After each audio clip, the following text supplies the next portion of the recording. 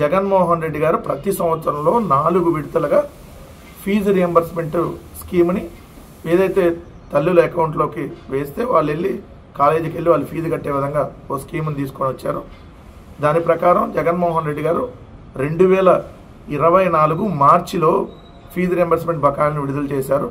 అది కూడా 2023 ఏదైతే అక్టోబర్, నవంబర్, డిసెంబర్ 3 నెలలకు సంబంధించినటువంటిది మార్చిలో రిలీజ్ చేయడం జరిగింది.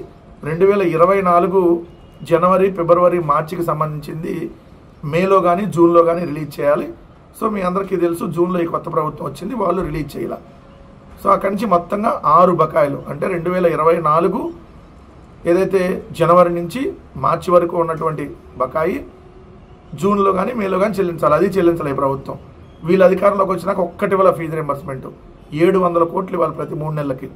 సో ఇప్పటికి 700 ఇంటూ 6 4200 కోట్ల రూపాయలు బకాయిలు ఇప్పటికి పెండింగ్లో ఉన్నాయి. ఇవి కాకుండా వసతి దీవెన బకాయిలు 1100 కోట్ల చొప్పున 2 సంవత్సరాలు బకాయిలు ఉన్నాయి.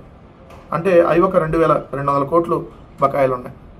మరి 2 లక్షల కోట్ల రూపాయలు అప్పులు చేసి ఏ గుడ్డిగాడికి పళ్ళు తవ్వుతున్నారు చంద్రబాబు నాయుడు గారు? ఎక్కడ దోచిపెడుతున్నారు? ఎవరు దోచిపెడుతున్నారు?